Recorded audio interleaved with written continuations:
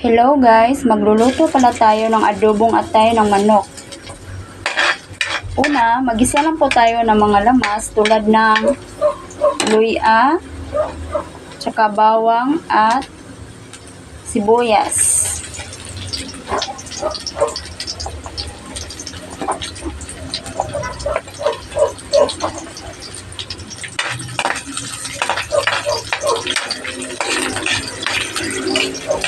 Hintayin lang po natin mga guys na magkulay brown ang bawang at saka lumambot ang sibuyas.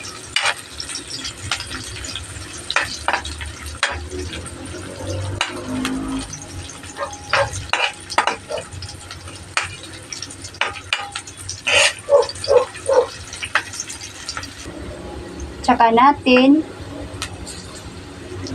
ilagay ang atay ng manok.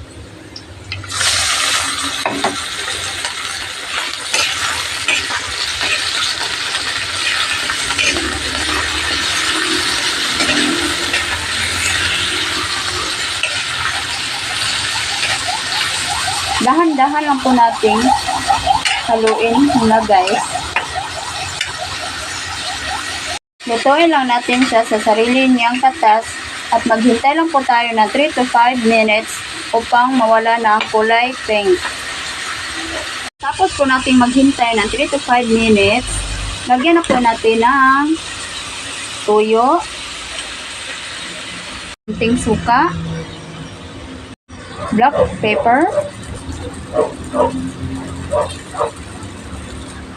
asukal, paminta. Huwag nating haluin agad, maghintay lang tayo ng 2 minuto. Tapos ating maghintay, haluin na natin.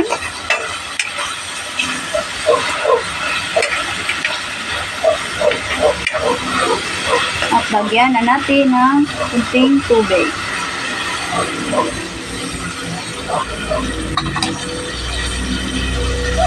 Pwede mo ring i-adjust ang lasa na naayon sa gusto mo.